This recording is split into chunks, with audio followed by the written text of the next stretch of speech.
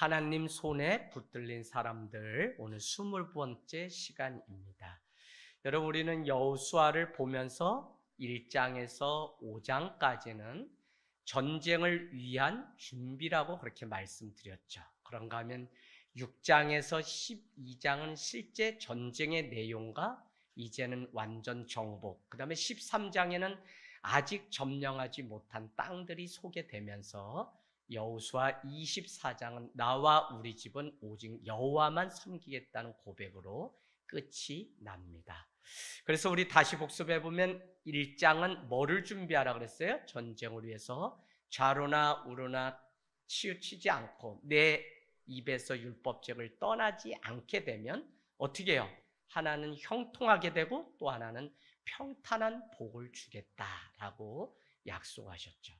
그런가 하면 2장은 여러분 기생 라합의 일들, 이방인이죠. 그의 믿음과 그의 순종함을 통하여 그와 그의 가문이 구원을 얻는 일들. 그래서 이 구원의 여정의 드라마에 빠지면 안 되는 중요한 한 사람이 기생이요 이방인이었던 라합. 그러나 그는 그의 믿음으로 말미암아 그의 가문까지 여리고성 점령했을 때 약속했던 대로 그 가문은 그대로 보존해서 6장에 보면 구원을 얻는 장면이 나옵니다. 3장은 전쟁을 위해서 그 아침에 시딤에 머물렀는데 아침에 머무르고 하나님의 사인을 3일간 기다리고 되는데 주님의 음성이 들리는데 너희는 전쟁을 위하여 뭐를 준비하라 그러죠? 성결을 준비하라. 성결을 준비하면 기이한 일이 너희에게 일어나는데 결국 그 기이한 일은 뭐죠? 네, 여리고성이 무너지는 거죠. 가나안 입성을 하려면 가나안의 초입에 있는 요단 건너가면 여리고라고 하는 그 여리고성을 무너뜨려야 되는데 아주 요새고 견고한 성입니다. 그렇기 때문에 기이한 일이 아니고는 아무 무기도 없는 광야를 걸었던 이스라엘 백성이 이길 수 있는 방법이 없어요. 그런데 하나님은 전쟁 준비를 총칼 무기 준비하라고 하지 않고 3장에 보니까 성결을 준비하라고 말씀했다는 것입니다. 그래서 여러분 꼭 우리의 삶에 또 이 땅 가운데 교회가 거룩함이 무기고 성결이 무기라는 사실을 우리가 알기를 원하고요. 4장은 12도를 취하여서 기념도를 세우게 되는데 그것이 어디죠? 길갈이라는 곳. 근데 여러분께 말씀드렸다시피 이렇게 주님의 은혜를 기념했던 길갈, 베델과 같은 곳은 나중에 열왕기 상하, 역대 상하를 가보면 그곳은 우상을 섬기는 곳으로 그냥 그래서 하나님의 심판이 임하는 곳으로 바뀌는 것을 보면 은혜가 있을 때와 은혜의 자리에서 떠났을 때가 명확하게 우리의 삶을 봐도 보이죠. 지난주에 우리가 5장, 6장 했는데 5장은 뭐였죠? 전쟁을 위해서 할례를 준비하라. 왜 그랬죠? 출애굽 이후에 광야에서 낳은 자녀들은 할례를 받지 않았기 때문에 할례를 받으라는 것이고 곧 있을 유월절에 들어갈 수 있는 자격의 조건은 할례 받은 백성만 유월절 어린 양으로 오신 예수 그리스도의 구원을 얻을 수 있기 때문에 할례를 받을 것을 우리에게 말씀했습니다. 그래서 그 할례가 등장하죠.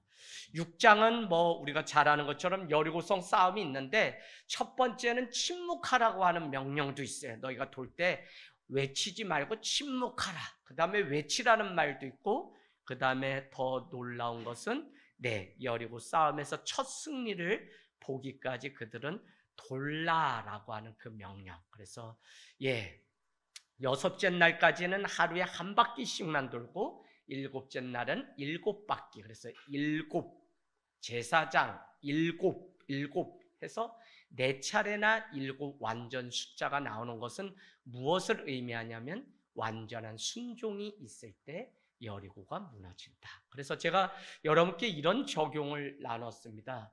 사실 오늘 무너지지 않는 것은 여리고성뿐만 아니라 우리 안에도 이 여리고가 있다. 그래서 내 삶의 발목을 잡는 여리고가 무엇인지 우리가 생각해보자라고 말씀을 드렸습니다. 여러분 어쨌거나 중요한 것은 라합의 가문이 약속대로 구원을 얻게 되는데 6장 21절로 가보세요. 6장 21절. 남녀노소 할 것 없이 살려두지 말고 모든 것은 다 불사르되 은, 금, 동은 불태워도 타지 않기 때문에 곳간에 들여서 하나님 앞에 드리라고 하는 명령을 주죠. 그러면서 6장 마지막에는 반드시 너희는 이 이방 땅 여리고성에 아무것도 수축하거나 건축하지 말라. 많은 일을 할 때는 첫 아들과 막내 아들이 죽음을 면치 못할 것이다 라고. 그래서 우리는 민수기에 이미 약속이 7장 2절에 있었다라고 하는 사실을 같이 보았습니다. 자, 그러면 다시 가봐요. 6장 27절. 여리고 성 싸움이 얼마나 대단했는지 여호수아와 함께하는 그 승리와 여호와께서 함께하신 그 놀라운 사건은 소문이 되어 만방에 퍼지게 되었다는 것입니다. 그래서 6장은 승리로 이렇게 끝났는데 7장에 이제 여리고성 다음에 있는 아이성을 가야만 가나안을 완전 정복하게 되는데, 문제는 7장은 실패로 시작돼요. 7장 1절 우리 한번 볼까요? 7장 1절 같이 읽겠습니다. 시작. 이스라엘 자손들이 온전히 바친 물건으로 말미암아 범죄하였으니 이는 유다 지파 세라의 증손 삽디의 손자 갈미의 아들 아간이 온전히 바친 물건을 가졌습니다. 여호와께서 이스라엘 자손들에게 진노하시느니라. 아멘. 네, 우리는 6장과 7장 사이에 이 아이성의 패배가 어떻게 된 것인지를 7장 1절을 통해서 알 수가 있죠. 분명히 취하지도 말고 다 불살르고 불태우고 금, 은, 동만 곳간에 갖다 두라고 하였는데, 누군가가 그 온전히 드려야 되는 그 물건, 특별히 아나니아가 삽비라가 우리가 다 온전히 드렸다라고 했던 것처럼 이들도 온전히 드린다고 드렸기 때문에 온전히 드렸다고 하는 그 물건이라고 아이러니하게도 표현하고 있는데, 사실은 온전히 드리지 않았기 때문에, 범죄하였기 때문에 오늘 그 전쟁이 지게 되었다는 사실을 7장 1절은 선포해 놓고 시작해요. 무슨 얘기냐면, 이제 너희가 아이성으로 정탐꾼을 보내서 뭐 이렇게 작전을 쭉 짜는데 그 얘기부터 하고선 뭐가 안 돼서 이렇게 전쟁에 졌다라고 하는 아간의 범죄함을 말씀해야 되는데, 7장 1절은 6장 27절에 막 승리했다고 막 이렇게 승리의 축보가 터지는 그 가운데 7장 1절은 너희 중에 온전히 물건을 바쳤다고 하는 그것에 범죄함이 있었다고 말씀하고 있는 것이죠. 그래서 여러분, 여호와께서 이스라엘 자손들에게 진노하였다라고 해요. 자, 거기 한번 표시해 놓으세요.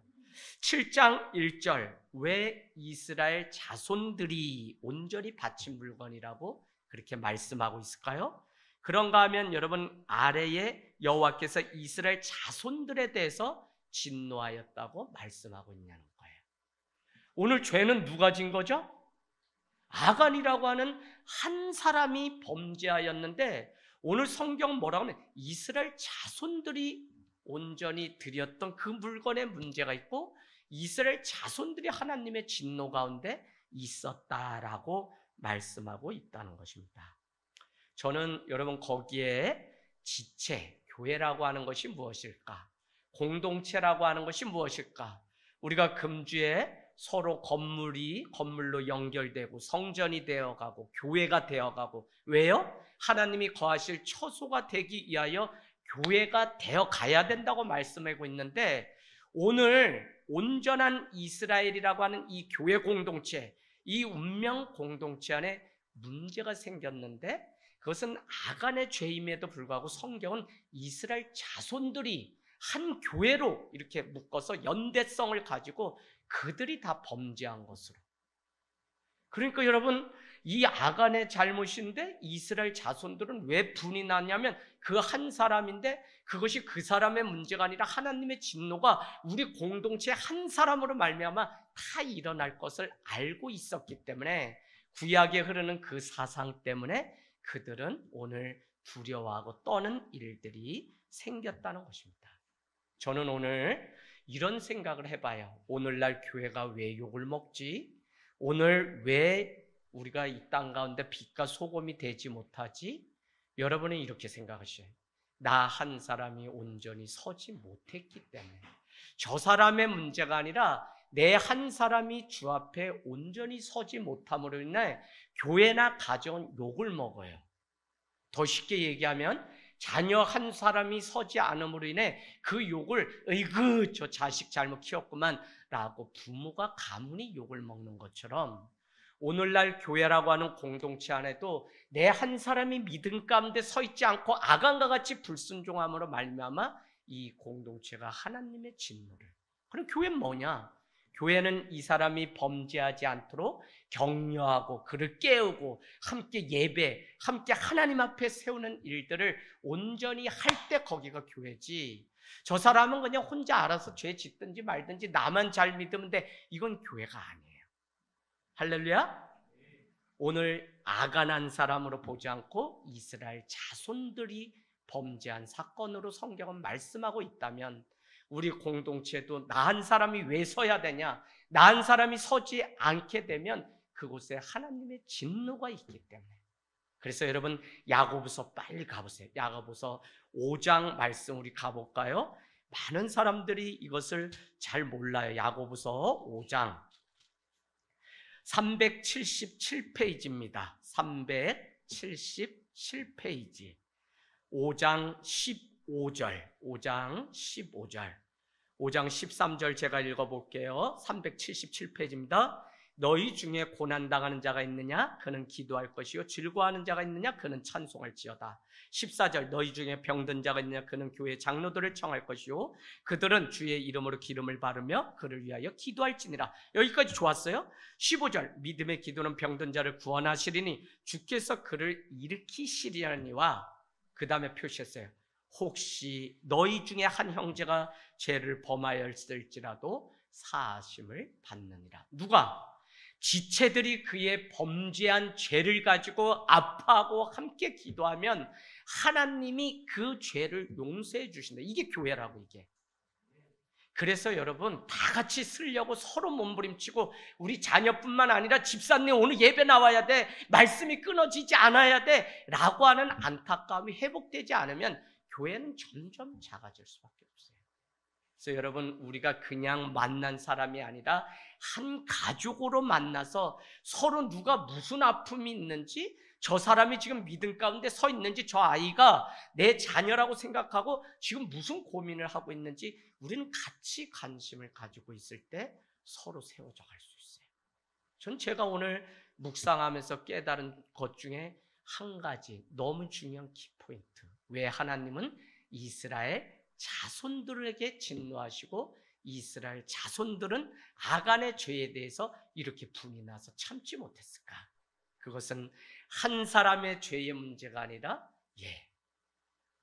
제가 우리 교회 안에 목회를 하면서 지금도 놓치지 않는 거, 누군가 한 사람이 병을 얻어 마음 아파하고 힘들어한다면 그 일을 제가 견딜 수 없죠. 그러니까 내가 대신 아프고, 그래서 많은 목회자들이 이야기하지만 누군가를 위해서 기도하면 내 간이 아프고 내가 위가 아프고 하다는 고백이 뭐냐면 그토록 그 영혼을 위하여 대신 아파하는 그 기도가 있을 때 하나님은 진짜 내 마음에 설사도 주시고 막 그런 경우를 너무 많이 경험해요. 그래서 여러분이 이와 같은 마음으로 살아갈 때 우리는 주님의 제자된 삶을 온전히 살아갈 수 있다는 것입니다. 자, 그래서 승리와 패배 사이에 무슨 일이 있었냐면 저는 계속해서 여호수아라 성경 전체가 뭐라고 말씀드렸냐면 성경은 믿음과 순종을 말한다. 그게 뭐라 했어요? 신앙은 믿음 플러스 순종이다라고 했어요. 보이지 않는 것은 바라는 것들의 실상이다라고 하는 것은 뭐냐? 보이지 않는 것이잖아요. 그것을 믿는 것이 믿음. 보인다, 말씀하신다라고 하면 그것을 믿는 것은 순종이에요. 믿음은 있는데 끝까지 순종하지 못해서 하나님의 구원에서 떨어진 사람은 너무 성경에 많아요. 믿음이 곧 순종이지만 제가 이 굳이 두 가지를 분리하는 이유는 믿음도 있어요. 신앙행위도 있어요. 다 있어요. 근데 마지막 결정적일 때 순종하지 못해서 또 선천적으로 순종을 잘하는 사람이 있어요. 그래서 집안 대대로 누구랑 싸우는 걸 싫어해서 그냥 뭐 하자 그러면 그냥 인간적으로 또 하는 사람이 있어요. 근데 믿음이 없어서 그 순종이 가짜가 될 때가 많아요. 그렇게 되면 어느 날 갑자기 분노해서 믿음으로 한 것이 아니기 때문에 그 순종이 아닐 때가 있어요. 그래서 여러분 오늘 이 두 가지가 너무 중요한데, 그럼 구약은 뭐냐? 구약은 예수 그리스도께서 오실 것을 믿는 게 구약이에요. 자, 신약은 뭐냐? 이미 오신 예수 그리스도께 순종하는 게 신약이에요. 그래서 이 믿음과 순종을 놓치면 안 돼요. 아브라함을 뭐라고 우리는 얘기할 수 있냐면 믿음의 조상이라고 얘기했지만, 그는 히브리서 11장이면 갈 바를 알지 못하고 믿음으로 갔다라고 하는 그 표현은 뭐냐면, 그냥 그는 순종함으로 그 길을, 갈 바가 어딘지도 모르는데 갈 때 우리를 떠나서 주님이 명령하신 그 땅으로 갔다는 거예요. 어떻게 보면 권사님 우리 삶도 다 앞이 보이고 뭐 이렇게 해서 천국으로 가면 되지 라고 우리는 늘 생각하지만, 하루하루 살아가 보면 내가 여기에 와 있을지 누가 알았어요? 권에스도 집사님 알았게? 몰랐게? 몰랐지. 2월달인가 1월달 잠깐 오셨다가 목사님 언제 뵐지 모르는데 빠이빠이 그랬어. 그냥 막 그러세요. 그랬더니 어느 날 갑자기 그냥 나타나셔서, 요새는 이제 완전히 뭐 이중국적 시민권 다 있지만 저기 수출이 심사청에 가가지고 이제는 한국에 와서 난 10개월 이상 살 테니 뭐 보험이고 뭐고 다 살려주세요. 그래서 이제는 한국 사람이에요. 그 일 보러 이번 주 다녀오셨는데 다 잘 이루어져서 이제는 무시하면 안 돼요. 그래도 살으신 거 있어서 땡큐 뭐 소머치 막 이러세요. 그냥 보면 막 바이바이 저한테도. 그래서 목사님한테 이거 바이바이가 이게 그래서 이제 좀 있으면 미스터 리하게 생겼는데 해야 돼요. 미국은 그래요. 미국은 그래요. 네. 자, 그래서 갈 바를 알지 못함에도 불구하고 믿음으로 순종으로 갔던 사람이 아브라함이라는 것입니다. 그래서 여러분 오늘 이 여호수아는 우리에게 믿음과 순종을 계속 강조해요. 믿음이 없었다면 무기 하나 제대로 가지지 않은 이스라엘이 어떻게 이 전쟁 가운데 이길 것을 믿고 나갈 수 있을까요?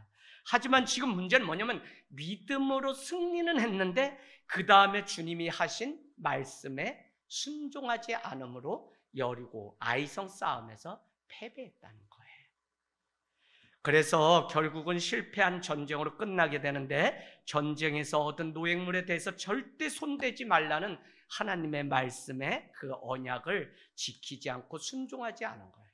그래서 제가 오늘 두 번째는 뭘 느끼냐? 아무리 하나님이 축복하셔도 순종함이 없는 제사는 더 이상 축복이 아니에요. 아무리 많은 것을 건강 주고 뭘 줘도 우리 안에 순종이 그것을 온전한 제사 되게 하는 것이지, 순종이 거기에 빠지면 더 이상 축복이 아니더라고요. 뭐 이거 멀리서 찾아요?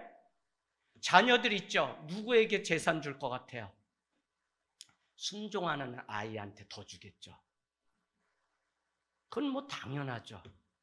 저는 보지 마세요. 저는 줄 거라고는 지갑에 저기 영수증밖에 없어요. 그래서 애가 아주 얼마나 실망하는지, 저 말은 현금도 없으니까 듣지도 않아요. 엄마한테 잘 보여야 현금을 주는데, 그래서 집사람이 저한테 반상회를 통해 아이들이 당신 말을 안 듣는 게 뭐니? 현찰로 있어야지 팍치기를 해서 애들이 말을 듣는데 당신이 영수증만 있고 뭐 있으면 엄마 보고 달라 그래. 그러니까 애들한테 통하지가 않는다는 거예요. 그래서 여러분 머니가 좀 필요해.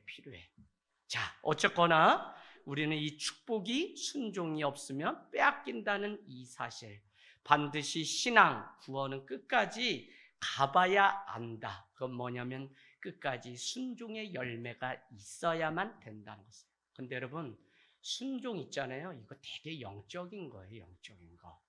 그래서 부모의 순종이 자녀의 순종을 가져오게 돼요. 그래서 우리가 오늘도 하나님 앞에 예배를 통해 순종하잖아요. 이거를 안 보는 게 아니라 다 보는 자녀들이 있어요.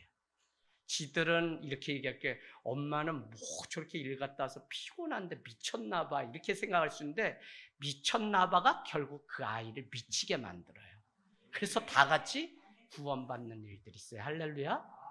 그래서 여러분 이 자리에 예배 가운데 한 번 어려울 때 기도하면서 그것을 돌파하는 믿음이 무엇인지를 자녀에게 보여준 부모는 그 부모의 역할을 다 한 거야.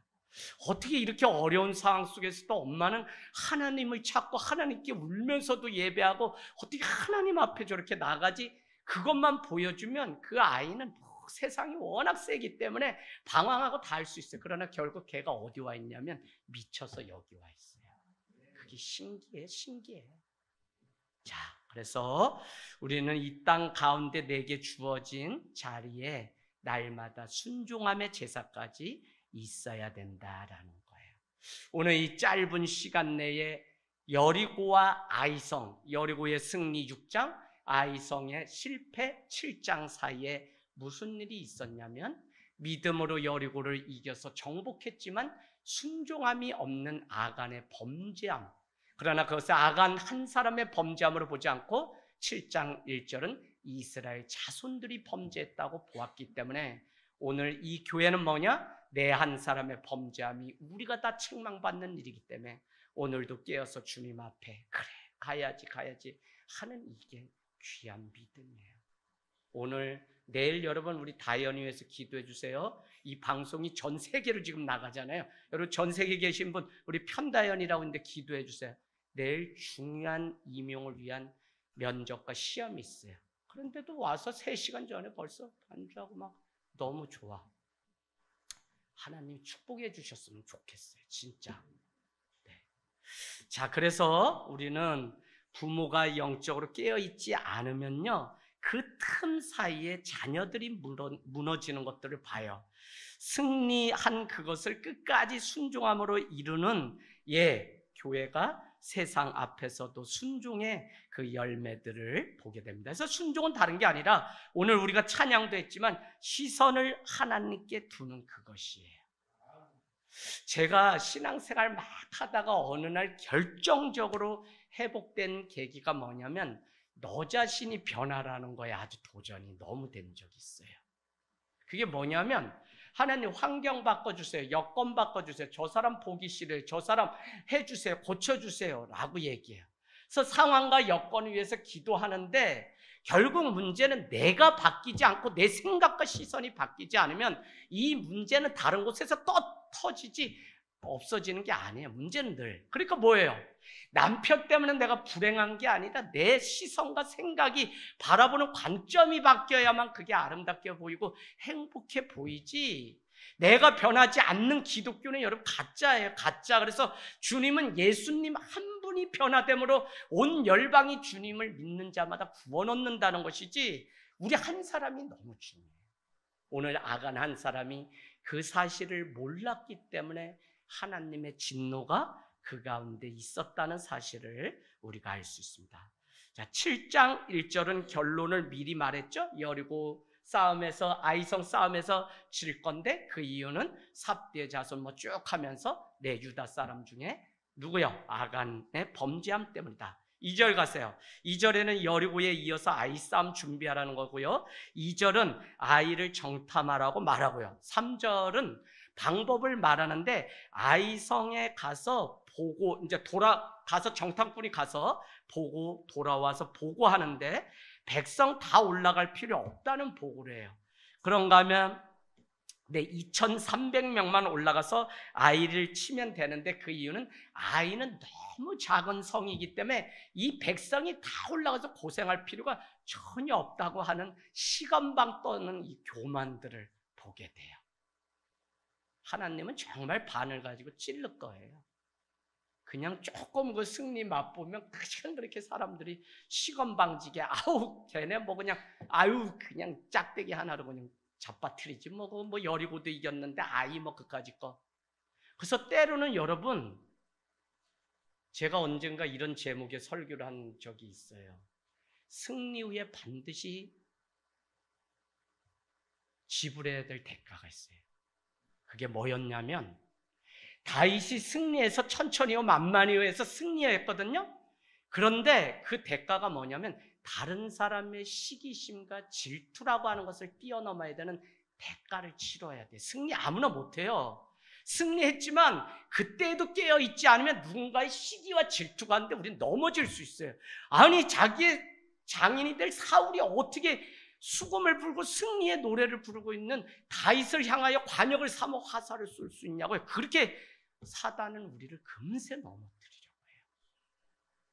여러분, 그래서 점점 승리가 있으면 있을수록 우리는 깨어서 더 하나님 앞에 겸손함으로 기도하고 있지 않으면 그 사이에 그냥 한 번에 다 모든 걸 놓치게 돼요. 이거 영적인 거예요. 그냥 성경이 그렇게 말하고 있어요. 그래서 여러분, 그냥 목사님 그냥 어제 기도했으니까 오늘은 쉽게요. 홍한나 권찰래, 어제 우리 교육 세게 받았으니까 이제 오늘은 좀 자고 피곤하고 또 이제 금요일도 있고 뭐 맨날 예배나요? 뭐 예.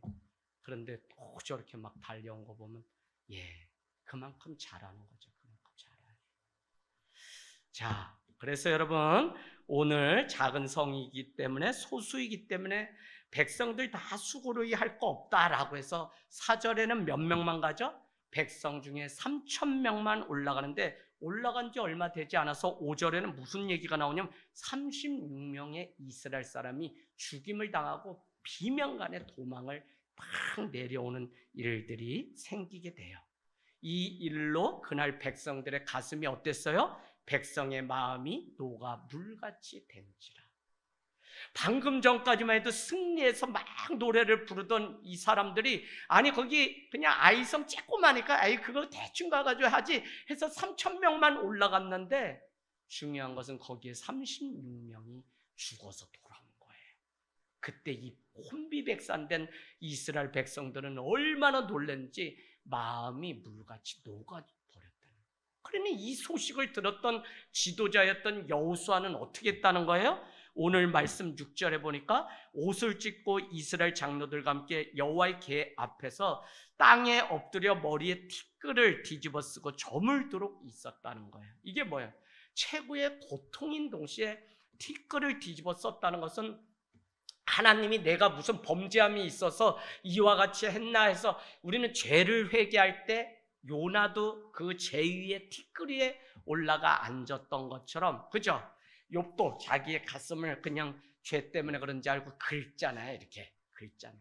그런 것처럼 이 티끌이라고 하는 먼지, 디아코닉, 집사, 동역자라고 하는 이 티끌은 아무것도 아님을 우리에게 의미해요. 자, 그래서 7절, 8절, 결국은 이 사건을 당한 여호수아는 자기의 심정을 토로하게 되는데, 요지는 뭐냐면 7절, 8절이 아니 그래요 하나님, 우리가 아간이 범죄해서 우리가 잘못해서 우리는 이렇게 됐다고 하지만, 아니 하나님 정말 이렇게 하시깁니까? 라고 계속 작은 소리로 토로하고 있는 것을 봐요. 따지는 거죠. 한마디로 하나님 이건 아니지 않습니까? 라고 말하는 것이고요. 우리도 하나님 앞에 자기의 마음을 이렇게 토로하는 기도가 필요해요. 우리는 뭐 소리내서 막 하고 뭐 믿음으로 막 기도하고 이러질 좀 믿습니다. 막 이것만 기도인 줄 아는데, 아니요. 내 안에 답답함, 풀리지 않는 일에 대해서 하나님 앞에 아뢰고 따지는 것이 이 시편에는 얼마나 많이 나온지 몰라요. 그러나 그렇게 하면 에레미야 애가 3장에는 이 고난의 쓴 담즙이 이 아침에 회상하온 즉 그게 뭘로 바뀌어요? 소망으로 바뀐다고 얘기해요. 쓴 담즙을 계속 하나님 나인데 이 쓴 담즙 나를 관역 삼고 내 가는 길을 다 막고, 에레미야 애가 3장에 하면 그렇게 에레미야 대선지자가 눈물로 호소하는데, 그 아침에 주의 성실하심이 크도소이다라고 고백하면서 진멸되지 아니함은 주께서 우리를 어떻게 해요? 성실하시고 자비하심으로 사랑하시기 때문이다로 완전히 에레미야의 고백이 바뀌게 돼요. 그래서 오늘 토로하다 보면 그게 막 하나님 뭐 어떻게 이러기에요 막 이래도, 하나님은 그게 진실하면 하나님은 그걸 소망으로 바꿔주시는 것을 우리는 볼 수 있어요. 할렐루야. 그래서 우리는 기도를 해야 되는데요, 이건 죄가 아니에요. 이건 믿음 없는 것도 아니고요, 나만 주님 앞에 내 마음을 솔직히 드리는 거. 그래서 거기에 여러분 아일랭귀지라고 이렇게 쓰면 돼요. 하나님 나의 언어로 기도하는 거, 나 속상해요. 하나님, 나 지금 너무 힘들어요. 하나님, 나 진짜 왜 이렇게 내 인생이 이렇게 어려운지 모르겠어요. 라고 하나님 앞에 I 랭귀지로 기도를 하는 필요가 있어요. 그래서 그렇게 기도할 때 하나님의 음성이 들리는데 그게 뭐냐면 10절 말씀이에요. 일어나라. 어찌하여 너가 이렇게 땅에 엎드려 있느냐라는 하나님의 위로의 말씀이 비로소 들리기 시작해요. 여러분, 어떨 때는 제가 고백했거든요. 천식을 앓고 나니까 가장 마음에 와닿는 말씀 구절 시편이에요. 호흡이 있는 자마다 여호와를 찬양하라고 하는. 천식이 아니고 호흡이 딸려서 찬양도 이게 하고 싶어도 못하게 되는구나. 이 호흡 있는 자 그래서 찬양하라고 하는구나. 할렐루야. 여러분, 이거 아주 그냥 목에서 이게 죽어가면서 깨달은 거라니까. 저도 맨날 깨닫게 하세요. 건강 자랑하던 사람. 자, 그런데 오늘 하나님이 일어나라. 어찌하여 이렇게 엎드려 있느냐라고 위로하시는 것들이 나와요. 그래서 오늘 하나님은 이스라엘을 책망한 것이 한 가지죠. 아간의 범죄함 11절인데 11절 가세요. 아간이 범죄한 사건을 뭐를 어겼다고 얘기하는 거죠? 나의 언약을 어겼다는 거예요. 우리는 이런 말씀이 계속 있죠. 너희는 다른 게 아니라 나의 말씀을 어긴 것이다. 우리가 범죄한 거는 결국 뭐냐면 말씀을 우리가 지키지 않은 거예요. 우리가 범죄하잖아요. 많이 죄 가운데 우리가 가는 거 보면 결국은 하나님을 안 믿는다, 하나님을 거부했다 이런 게 아니라 결국은 주님이 축복하시려고 약속하셨던 그 말씀이 우리한테 없는 거고 말씀 가운데서 떠난 거고 말씀을 우리가 잊어버렸기 때문에 우리가 범죄하고 그래서 계속 죄 가운데 다른 말 하지 않고 너희는 언약의 말씀을 듣지 않았다, 순종하지 않았다고 그렇게 말씀해요. 여러분, 아간의 뜻이 이름이 뭐나요? 의미가 곤란이라는 뜻이에요. 곤란, 아간. 그러면 뒤에 아간이 돌로 쳐서 그 위에 돌무대기를 싸서 7장 끝에 뭐라 그래요? 아골골짜기. 그런데 아골은 뭐죠? 괴로움, 고통 그런 의미잖아요. 그러니까 아간이나 아골이나 다 그 아골 골짜기 빈들에도 부름받은 주의 종은 그곳에 가서 복음 전하라고 이 찬송가를 부를 때마다 이 괴로움의 자리에 가서 거기서도 복음 전한 주의 종이 되게 해달라고 사명의 노래를 찬송가를 부르는 거 있죠?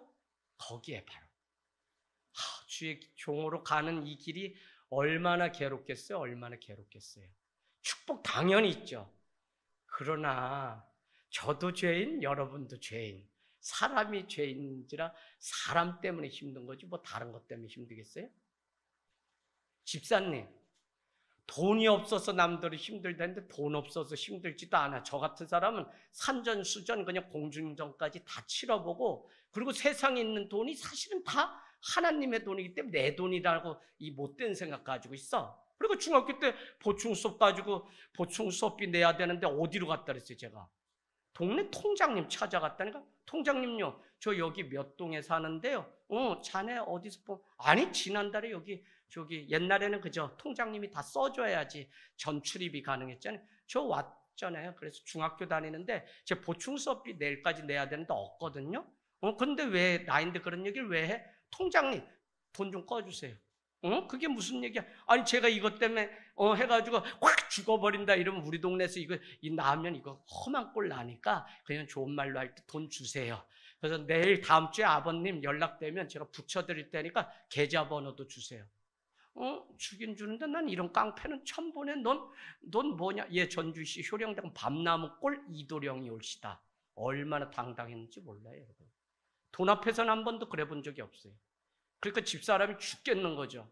그냥 나갔다면 몇 천도 일시불밖에 몰라서 일시불로 다. 이젠 알아요. 10개월 할부 이런 거. 이거를 카드를 몰라가지고 어려웠어요.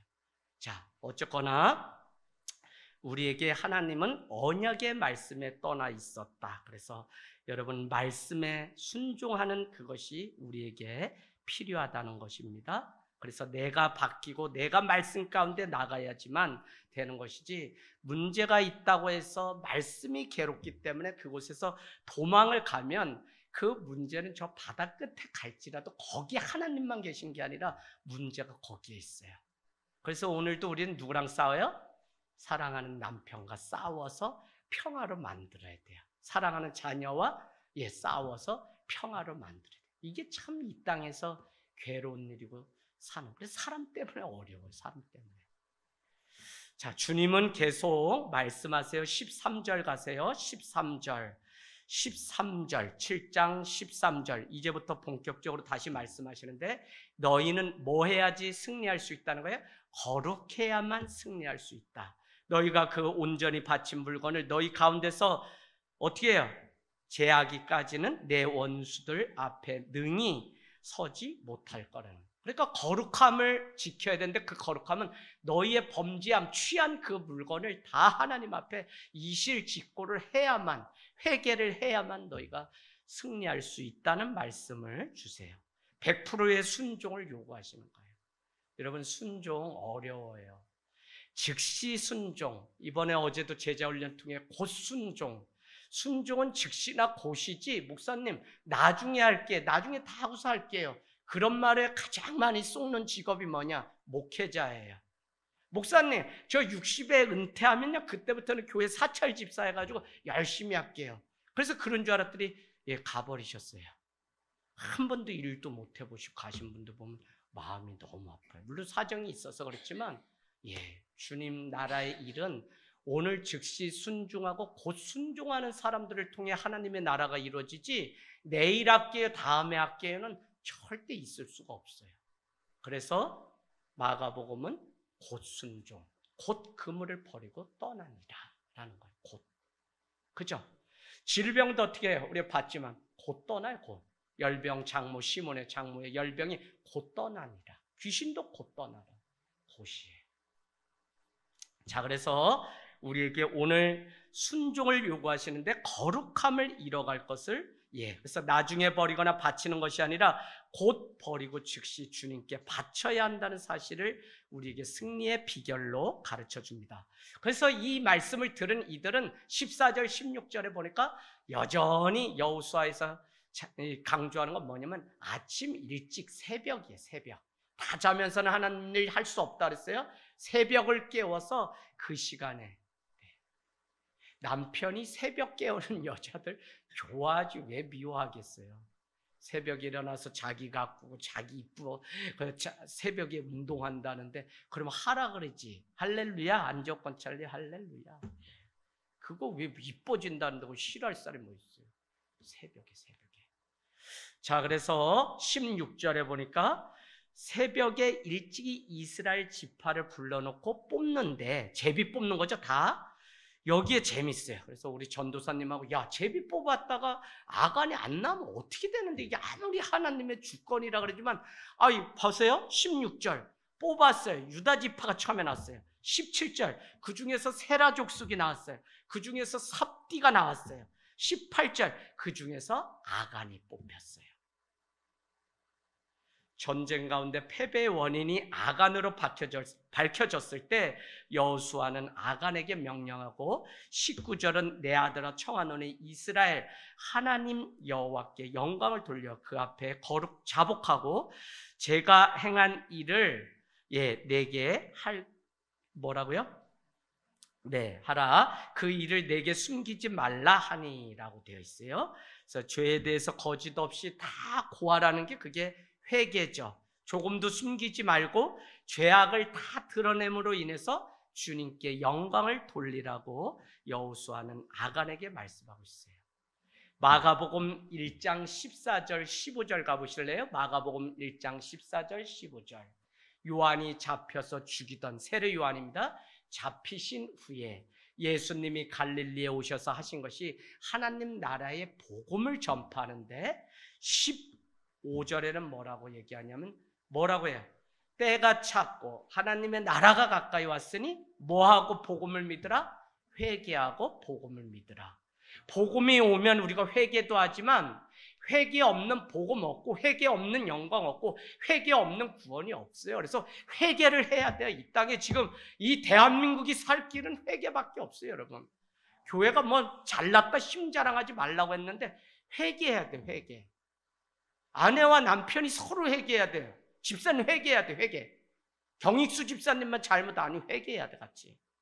잘못 따지면 다. 내가 책을 밤새 몇 권 써도 못 쓴데, 우리 엄마는 나이인데 몇 달을 얘기해도 내가 아직 절반도 안 해도 죽겠어. 아주 난 미치겠어.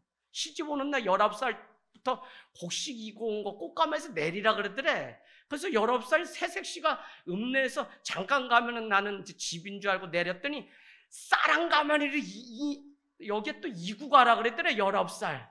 그랬더니 십리길 갔더니 거기에 초가집이 하나 나오는데 그 집에 와가지고 내가 65년 아주 쇠가 빠지고 고생한다는데 나인데 다 풀어놔. 근데 책을 써도 몇천 권을 써도 다 못 쓴대. 그래 나 어떡하라고 나보고. 하나님, 그래서 내가 하나님 믿으라고. 엄마 하나님한테 얘기하면 하나님 다 알거든. 야 하나님이 어딨니 막 이랬는데 이제는 어머니가 하나님을 조금 아세요. 그러니까 집이 많이 평화롭고, 아버지까지 요즘은 뭐 죄송하지만 요양원에 계시니까 집에 가면 아주 밥맛이요 엄청 좋아. 가운데서 아무 죄 없이 장남이라는 것 때문에 계속 아버지의 화가 나인데까지 왔는데 요새는 그냥 집에 가면 잠도 잘 자고 엄마한테도 얼마나 내가 사랑한다고 막. 그래서 가정 안에 저희는 벌써 1년 전부터 형제가 많으니까 대한민국 사랑의 실천운동 본부를 우리 자체적으로 조직해서 막내 누님을 본부장, 내가 사무총장 해가지고, 그럼 뭐냐, 우리 전화 끊을 때마다 부모 형제 다 엄마 사랑해, 누나 사랑해, 언니 사랑해 이거 하자고 했더니 이게 처음에는 되게 했는데 막내 누님하고 저하고 둘이 계속 누나 사랑해, 누나 사랑해. 누나 엄마한테도 하고 있지? 너 큰 누나한테도 하니? 자꾸 체크하니까 우리가 하니까 어느새 사랑해 재하가 사랑해. 전에는 아니었어. 사랑해는커녕 내가 기도만만 너네 교회 1000명이 들어가는데 네가 계속 작은 교회 운동한다 그러면서 그 문을 가로막고 서서 교인들이 다 오다 가더라 하면서 재하가 빨리 회개하고 너가 입을 크게 열어라. 누나 그런 말 하려면 나인데 전화도 하지 마. 누나 왜 권사님이면 평안 가운데 계속 자야지 잠도 안 자고 뭐가 보였다 그래. 그러지 말고 누나 자꾸 자. 나는 작은 교회 운동할 거야. 그게 힘 있어. 저도 이 작은 교회 연구소 하기까지 얼마나 집에서부터 협조가 안 돼가지고 언제까지 작은 것만 할 거냐. 니는 키도 작지. 작은 예수의 회장했지. 니는 맨날 그렇게 작은 것만 타령하냐. 그래서 집이 작아졌다고 자꾸 저를 엄청 원망했어. 자, 그래서 우리가 여러분 요 믿음으로 온전히 가는 이 일은 회개를 하고, 그래서 오늘 아간의 그 회개를 요구하고 있는 것을, 그래서 그 일을 통해서 어떻게 해요? 하나님의 영광이. 아간은 20절에 자신의 범죄함을 고백하게 되고요, 21절에서 24절은 구구절절 자기의 죄를 막.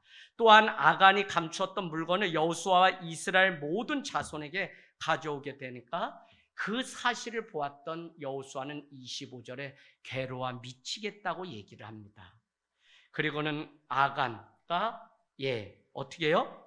물건을 돌로 치게 되고 그 위에 돌무더기를 크게 쌓게 되면서 여호와의 진노는 비로소 그치게 되죠.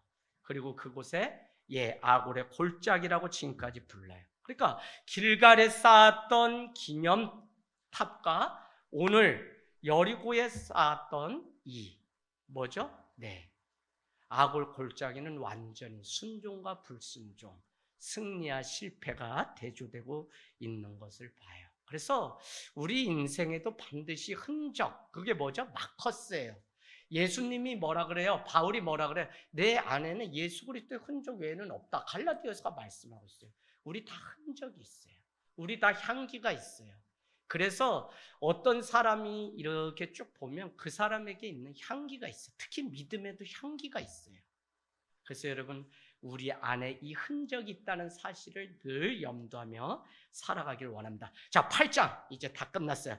8장은 1, 2절만 볼 건데 범죄함이 다 끊어졌을 때 오는 축복이 무엇인지, 오늘 다 회개하고 죄를 고백하고 끊어졌을 때 8장은 비로소 축복이 뭐냐면 아이성 싸움에서 승리하는 일들로 바뀌게 돼요. 그래서 우리는 회개해야지만 우리는 기쁜 소식인 복음이 우리 가운데 와 닿는 것입니다. 그래서 실패와 아픔, 그게 어디예요? 아이잖아요, 아이. 실패와 아픔 있는 그 자리에서 하나님은 다시 일하세요. 그래서 도망가는 게 믿음이 아니라 실패했던 그 자리에서 처절하게 하나님을 인정하고 하나님이 도와주세요. 하나님 내가 범죄했습니다. 내가 무능합니다. 내가 연약합니다. 라고 고백하는 그 자리에서 하나님은 승리로 바꾸세요. 십자가가 실패의 자리 같지만 그게 승리고 다 이룬 자리잖아요. 그래서 우리는 떠나는 것이 아니라 그 자리에서, 그렇기 때문에 주님 뭐예요? 모세에게도 출애굽기 3장에 했던 것처럼 오늘 여호수아에게도 뭐예요? 내가 선 곳은 거룩한 곳이니 그곳에 신을 벗으라. 거룩한 땅이라고 말씀하고 있어요. 실패의 자리가 순종함으로 인해서 거룩한 땅, 승리의 땅으로 될 수 있음을 우리에게 가르쳐 주는 것이 8장입니다. 그래서 8장 1절은 여호수아에게 다시 주님이 찾아와서 말씀하시는데 두려워하지 말라, 놀라지 말라라고 말씀하고 있죠. 회개를 통해서 하나님은 다시 기회를 주고 다시 살 수 있도록 그를 부르시는 장면이 나옵니다.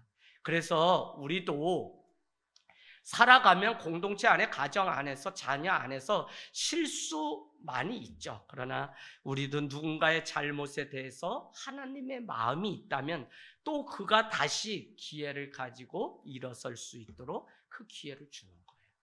두려워하지 말라는 여러분이 아시다시피 70회 이상이 성경에 나와 있을 정도로 우리는 하나님을 떠나면 늘 두려움이 우리 가운데, 그거는 뭐 그냥 배지장 한 장 차이도 아니에요. 하나님이 크게 보이면 두려움이 없고 평안이 오고 하나님이 조금이라도 떨어지면 그냥 두려움이 내 인생에 엄습해요.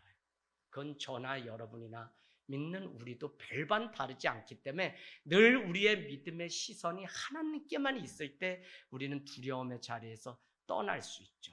심지어 제자들도 한밤에 예수님이 오니까 유령이 온다, 귀신이 온다 그러니까 예수님 뭐래요? 책망하면서 믿음이 잊혀온 자들아 라고 하면서 뭐라 그래요? 내니 두려워하지 말라라고 그랬더니 바다도 바람도 잠잠게 되는 역사가 있었다는 거예요. 주님을 늘 바라보는 저와 여러분이 되기를 원합니다. 자, 그래서 교회는 두려워하지 말도록 격려하고 범죄하지 않도록 그를 위해 기도하고 또한 다시 일어설 수 있도록 돕는 곳이 교회예요. 그때 비로소 건물로 연결되어가고 성전이 되어가고 교회가 되어간다는 게 줄 말씀이었어요. 왜 이게 중요하냐? 줄 말씀에 의하면 하나님이 거하실 처소가 되기 위하여 우리는 교회가 되어가고 성전이 되어가야 되는데 하나님은 어디 계세요? 우리 마음 안에 계시는데 여기에 하나님이 거하실 처소가 되기 위해서 오늘 두려움과 염려와 분노가 아니라 용서와 긍휼과 자비로 채울 때 거기에 다시 일어설 인생이 되고요. 거기에 다시 은혜로 말미암아 긍휼함으로 말미암아 사랑이 싹 트는 것이 교회가 가지고 있는, 가정이 가지고 있는 특징이라는 것입니다. 그래서 늘 우리는 긍휼함, 하나님의 자비하심을 잊고 살아가는 존재가 내 자신이라는 사실만 잊지 않고 내가 살아가면 돼요. 그래서 이 복음은 늘 양쪽을 다 봐야 돼요. 뭐냐면 나는 저 사람에 대해서 긍휼함으로 늘 용서할 준비가 돼야 되고 긍휼함을 잊고 하나님께서 정말 저 사람을 사랑해 준다면 그 사람은 어떻게 돼요? 나는 늘 변화되어 예수님의 그 사랑을 잊지 않고 예수님을 닮아갈 사람이 돼야지. 그렇지 않게 되면 계속 교회는 사랑 주는 곳으로만 해서 받는 사람은 계속 사랑만 받으려고 그래요. 그러면 어떻게 돼요? 무례하게 행하게 돼요. 아니요. 상처도 한 달 지나면 하나님 앞에 자기가 해결함 받아야지 상처의 쓴뿌리를 다른 사람 괴롭히는데 자꾸 하는데 우리가 또 용서해주고 그건 아니에요. 그 사람 못 써요. 성경 걸어본 적도 없어요. 자비하시고 용서하시고 기회를 주면 그거를 받는 나는 하나님의 긍휼과 자비하심이 얼마나 큰지 그 은혜로 내가 사는 존재구나 하고 나도 날마다 변화돼서 이제는 다른 사람에게 자비와 용서와 긍휼을 베푸는 자리에 가야지만 이게 온전한 교회지. 교회 사랑하라고 하면 자꾸 한쪽에서만 무조건 주는 거, 누구는 받아야 되는 거. 전혀 안 그래요. 그래서 가정 안에서도 자녀들에게도 이런 것들을 가르쳐야 돼요. 제가 늘 아이들에게도 예의 다른 거 아니에요. 누가 나를 섬겨주고 누가 나인데 호의를 베풀면 그거를 감사하다고 하는 반응이에요. 아늘십? 개뿔 아늘십이 어디 있어 요즘. 문자 보내면 확인했는데 일 안 지어주고 아늘십이라 그랬잖아요. 전도사님이 뭐 아이들 나 못할 것 같아. 나 전도사 못할 것 같아. 왜냐면 막 사랑한다고 보내는데 못 봤어요? 이러고 말아. 아니에요. 정말 누군가의 관심과 이거조차도 쉽지 않은 세상에 엄마가 아빠가 나를 위해 쓰고 수고하고 누군가가 나를 위해서 작은 것 하나라도 나눈다면 감사할 줄 아는 아이들로 만들어야 돼요. 그래야만 그걸 알아야만 그 아이도 다른 사람에게 어떻게 또 섬김의 자리에 가요. 제가 조선팔도 욕 다 하면서 오승준 사람 만드냐고 안지연 사람 만드냐고 부모잖아요. 제가 부모님이 안 계시다 보니까 그러면 어느 날 그래 목사님 내 인생 내 건데 이제 참견하지 마세요. 지연아 승준아 니네 인생 멀리 가거라. 이왕 가려면 더 멀리 가거라. 목사님 저 예배 안 드릴게요. 드리지 말거라. 저기 세상에 다 하나님이 계시니 거기 가서 예배하거라. 2달, 3달 방황도 못해. 목사님 제가 잘못했습니다. 이놈의 새끼야. 그러면서 얘네가 서서 자기가 뭐 있어요? 아무것도 없다면서. 그래도 저한테 목사님 이번 휴가에 얼마나 은혜를 받고 자기는 졸업 후에 어떻게 살아야 될지 고민하면서 독일 유학은 가고 싶은데 아버지마저 오래 잃었으니 방법은 없고 목사님이 교회가 유학을 보내줍시다. 얘가 세례를 받고 우리 가족이 되는 날 우리가 그의 부모가 된다고 우리가 아멘을 했기 때문에 우리는 이 아이가 부모가 없거나 돈이 없거나 뭐가 없으면 이 교회가 그 아이의 미래를 열어줄 수 있어야 됩니다. 그가 그걸 믿고선 어떻게 해요? 이 카타콤에 목숨을 걸고 세례를 받고 오는데 그렇죠. 근데 그 의미가 뭔지 아니까 저한테 목사님 너무 감사합니다. 제 꿈 포기하지 않고 환경 탓하지 않고 하나님 앞에 멋지게 해서 많은 사람 돕는 사람이 되고 장학재단을 세우고 싶습니다. 21, 2살짜리 애들이 이런 얘기를 요새 누가 해? 더 안 준다고 입 나와가지고 엄마 나 어디서 다리 밑에서 주워왔냐 이런 시대인데 그거 조금 사랑받고도 애가 다른 사람을 이제 돕겠다는 거예요. 그러기까지는 그냥 제가 얼마나 혼냈는지 몰라요. 바르게 가게 하려고. 자, 오늘 여호수아에게 군사를 다 거느리고 일어나서 아이로 올라가라. 보라 내가 아이 왕과 그의 백성을 그의 성을 그의 땅을 다 내 손에. 구체적으로 하나님은 다시 여호수아에게 약속하시고 용기를 주시고 기회를 주세요. 저는 이게 은혜라고 믿는 것입니다. 아무 자격이 없는 자를 다시 부르시고 다시 이렇게 세워주셔서 기회를 주는 이것이야말로 은혜죠. 그래서 세상은 하나님의 은혜로 돌아가는 것이지 우리가 일을 완벽하게 하고 실수하지 않기 때문에 돌아가는 것 같으면 아니에요. 그래서 여러분 세상에서 살아가면서 무슨 실수를 누가 하면 하나님의 은혜로 또 덮고 해보세요. 그렇기 때문에 주님은 2절에 너희 여리고와 그 왕에게 행한 것 같이 아이와 그에게 행하되 오직 거기서도 탈취한 물건과 가축을 거기서는 어떻게 해요? 스스로 가져라. 너는 아이성 뒤에 복병을. 그래서 복병을 두라 해서 복병 두는 이 장면이 뒤로 이제 쭉 나와요. 뭐냐면 그냥 일진이 막 하면서 공격해 가면 뒤에 숨어있던 복병이 어떻게 돼요? 먼저 돌진하니까 약해 보이니까 그들이 성을 비우고 막 나와가지고 막 싸울 때 뒤에 있던 복병들이 그 성 안에 들어가서 아이성을 점령하는 작전이 뒤에 이제 쭉 나오는 거예요. 그래서 결국 승리로 끝나는데 오늘 2절만 제가 보고 마치려는 건 뭐냐면 거기서는 탈취한 물건들, 가축을 어떻게 해요? 가지라고 해요. 이것 때문에 오늘 오후에 송다빈 전도사님과 여러 열띤 토론을 해봤어요. 그냥 우리 이게 하나님이 그냥 이랬다라고 전하지 말고 애들은 물을 거다 이거 하는 분명히 모든 거는 다 가지지 말고 다 불사를 하는데 왜 여기에는 이렇게 얘기하고 있냐. 그랬더니 막 이렇게 찾고 뭐 찾더니 목사님 여리고는 첫 것이기 때문에 하나님께 드려야 되는데 안 드렸기 때문에 혼나고 두 번째부터는 이제 좀 비축해서 멀리 싸움도 있고 앞으로 뭐 광야도 가야 되고 그러니까 이렇게 가지라고 했다는데요. 뭐 이러고 여러 개 막 찾아서 야 근데 그랬다 그래서 하루아침에 이렇게 바꾸기에는 너무 설명이 인간적이지 않냐? 이러면서 우리가 또 같이 계속 송다빈 전도사님 나 이거 출력 전에 하나님 마음 주셨어요. 그래서 제가 옮겼어요. 그냥 주신 마음. 오늘 말씀이 풀리지 않아 고민하면서 기도하는데 누군가 해석해 놓은 주석을 보고 그런 것이 아니라 하나님이 제 마음 가운데 누구를 떠오르게 했냐면 아간을 떠오르게 하더라고요. 그게 무슨 얘기냐? 반드시 하나님이 누구신지 알게 해주시려고 하시는 것이잖아요, 성경은.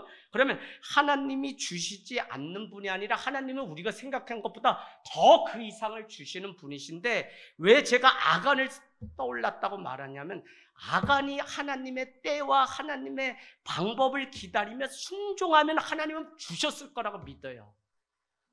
그런데 순종하지 않았기 때문에 아간은 받지 못하고 이제 죄의 문제가 끊어지고 순종하기로 결단했기 때문에 이들에게 하나님이 주신 축복이 모든 것을 다 가지라고 하신 게 아닌가라고 하는 마음이 들었어요.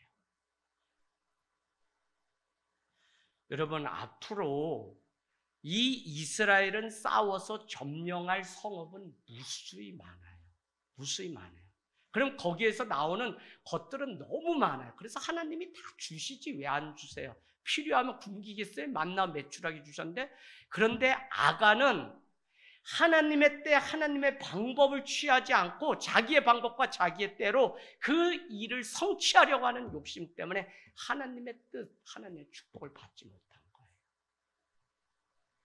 그런데 오늘 이스라엘 백성이 회개하고 순종하기로 말미암아 그들은 그러니까 오늘 아간은요 공동체를 깨는 죄도 범하고 하나님의 말씀을 어기는 죄도 범하고 물건을 취한 죄도 범하고 죄를 졌는데 오늘 이스라엘 공동체가 하나님 앞에 회개를 하자 하나님은 그 증거로 오늘 이것보다도 더 많은 것들을 하나님 주시되 그 아들 예수 그리스도까지 우리에게 주셨는데 그거 뭐 이거 안 주시겠어요?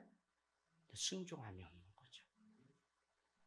기다린 자에게 하나님이 좋은 것으로 주시는 줄 믿습니다.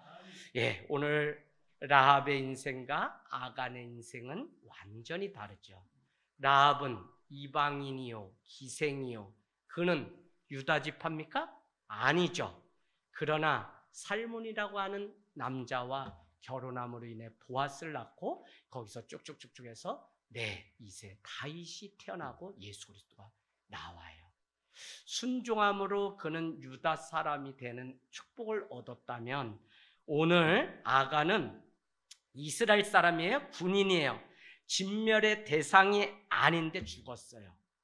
기생 라합은 이방인이기 때문에 진멸의 대상인데 그가 믿음으로 순종함으로 그의 가문이 다 살았어요. 가족이 다 살았어요.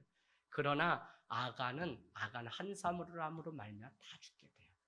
그래서 우리는 성경은 한 사람이 범죄함으로 말미암아 다 죽게 되고 한 사람이 순종함으로 말미암아 모든 생명을 다 얻게 된다. 예수님과 누구야? 아담을 비유해서 말씀하는 신약을 우리는 알고 있어요.